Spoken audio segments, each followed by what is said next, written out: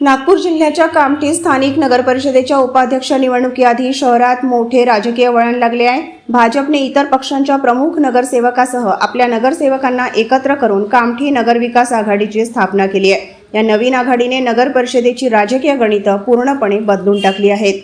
भाजप समर्थित आघाडीचे आता 34 सदस्य, नगरपरिषदेत 20 सदस्य आहेत, जे बहुमताच्या आकड्यांपेक्षा जास्त आहेत। 34 पैकी 20 नगरसेवकांच्या पाठिंब्यामुळे भाजप समर्थित नगरविकास आघाडीचे कामठी नगरपरिषदेत आपले वर्चस्व राखेल आणि आगामी उपाध्यक्ष निवडणुकीत त्यांचं वर्चस्व राहील हे जवळजवळ निश्चित आहे। आघाडीच्या नोंदणीसाठी औपचारिक अर्ज नागपूरच्या जिल्हा दंडाधिकाऱ्यांकडे सादर करण्यात आला आहे।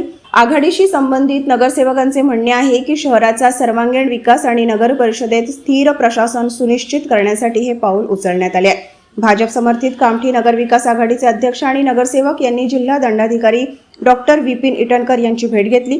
युतीचे वैशिष्ट्य म्हणजे बहुजन समाज पक्षाचे तिन्ही नगरसेवक भाजप समर्थित व्यासपीठावर सामील झाले आहेत। शिवाय माजी मंत्री सुलेखा कुंभारे यांच्या बहुजन रिपब्लिकन एकता मंचशी संबंधित नगरसेवक नियाज कुरेशी आणि आकाश भोकरे यांनीही युतीला पाठिंबा दर्शवला आहे।